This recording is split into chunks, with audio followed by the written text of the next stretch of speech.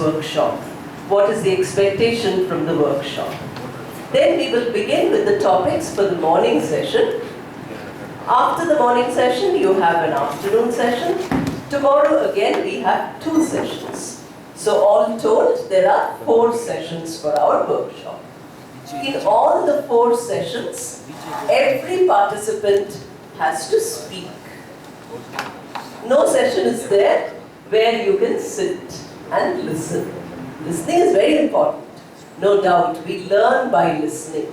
But just listening is not enough.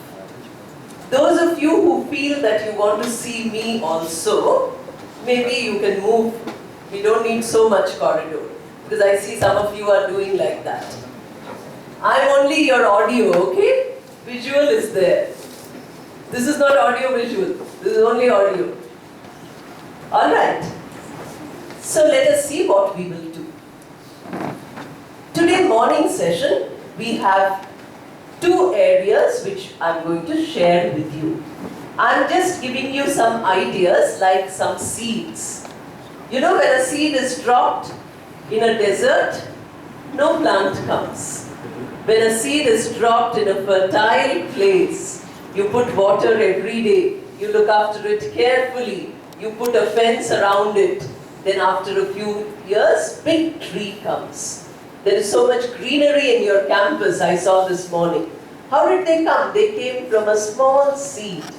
So you can imagine, my ideas are like those seeds to you. Now how you will benefit by them depends on you.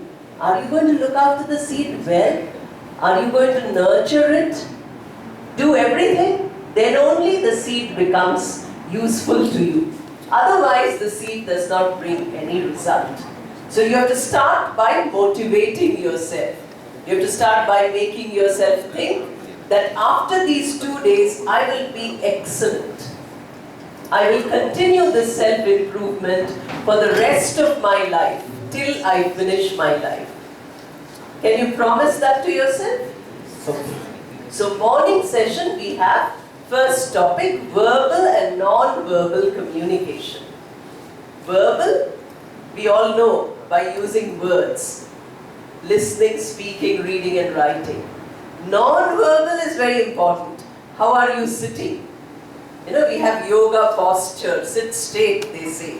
Why? Because, not because it is some ancient philosophy. It is because your blood circulation reaches the brain. Scientific. You do deep breathing. When you're angry, when you're upset, your breathing becomes very quick. So don't do that. Don't shout at people.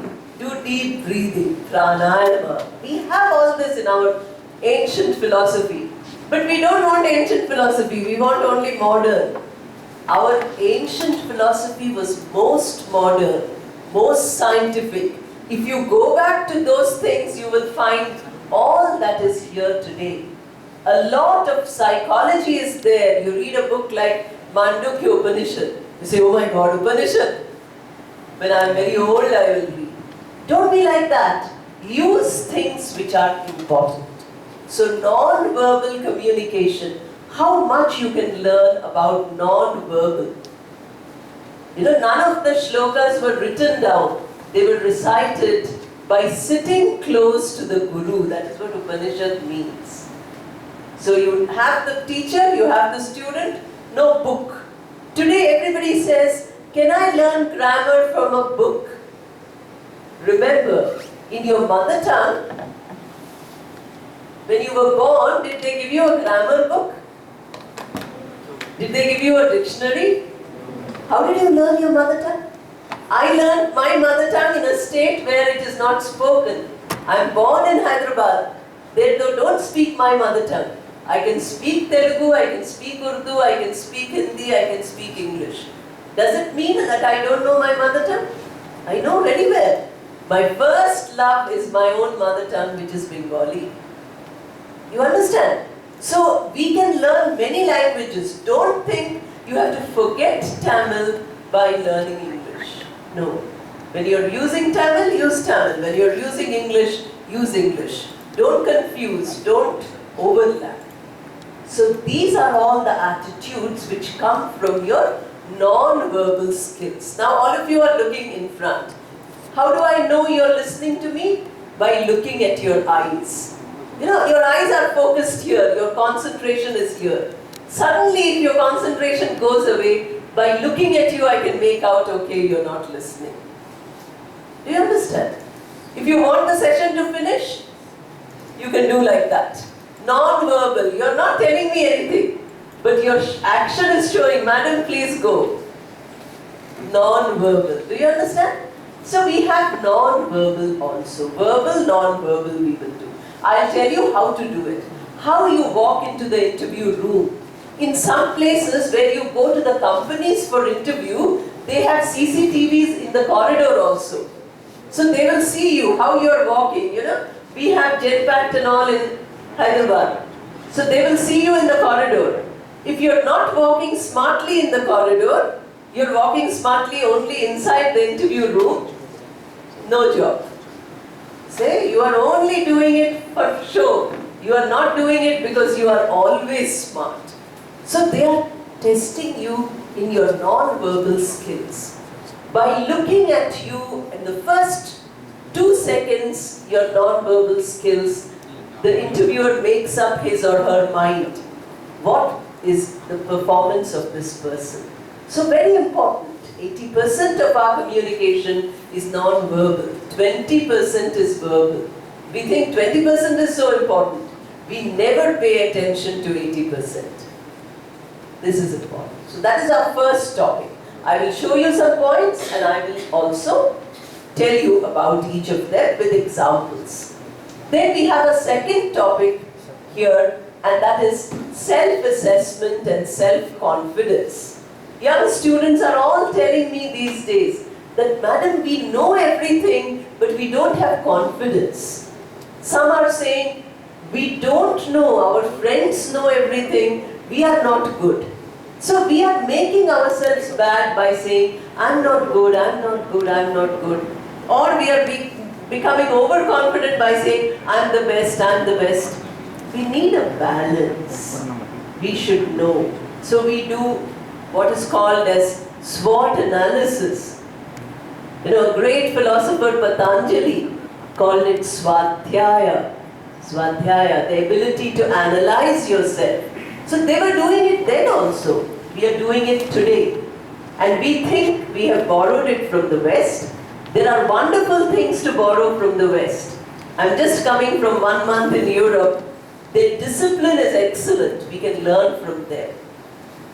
Their self-respect is excellent. We can learn from them. Their teamwork, organization, this we have to learn. Planning, we have to learn from them. But we are not learning that. We are learning wrong things from them. So don't be like that. All our social media, etc. are very good today. And from them we should learn positives. That is your self-assessment. What are you capable of and how you can become better at what you're capable of. Not all of us can do the same thing. Each one of us has a great talent. We should nurture that talent. So these are the 2 topics. Now in the morning session, as soon as I finish these 2 topics, you will have a short break. Sir says that, I said no break. You know, I'm a very cruel person. I said no break. So he's very kind. He said, madam, 10-15 minutes break. So I think seeing your smile, you are all supporting sir. Very good. As soon as I finish this, by about 11:30 we will have a short break. But your lunch will be a little delayed. So if you're hungry, don't tell me anything. Don't keep doing like that. Non-verbal communication. Okay? Sit quietly till it is lunch break, 1 o'clock. And we will also cut short the lunch break. Don't eat very fast. Non-verbal communication. But don't talk too much while eating. Don't waste time in anything. Maximum we need 15 minutes to eat. You're getting 45 minutes. Walking to your hostel. You have to eat in a hostel, isn't it? So I'm giving you enough time, 45 minutes. In the evening, we have again 2 topics. One of them is emotional intelligence. which is very important in your HR interviews. So you will do that. And the next topic is interview skills.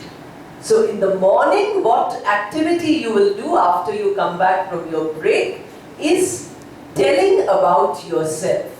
We have 56 of you. Each of you will get approximately 1 minute. I needed a bell. Okay? By then, only after break. So in 1 minute, I will show you a template on the slides saying what exactly is said. What exactly are you supposed to say? In an interview hall, they say, tell about yourself. You only tell your name and keep quiet. That is very bad. They expect you to speak so that they can ask questions based on your introduction. Why are they asking you? Because you should raise 2 or 3 issues on which they will question you. But students are not doing that. Then you go out, somebody says, hello, I'm so and so. You hold the hand and you give 5-minute introduction for yourself. Not necessary. They asked you only your name and you spoke so much. So while speaking, we should know where to speak and where not to speak. So based on that template, many people while introducing themselves, this I've done on the videos, I don't know if you've seen, they say, myself, Sumita Roy. That word myself is not correct. We can only use it in places where we have either emphasis or reflexive. So here what I should say? I can say, I am Sumita Roy, my name is Sumita Roy, this is Sumita Roy. Not myself and name.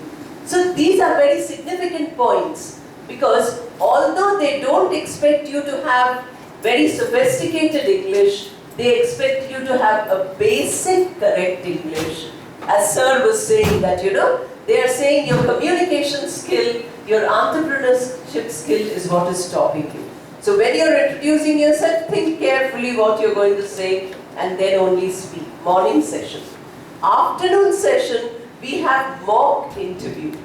Now I'm told that you are third year students.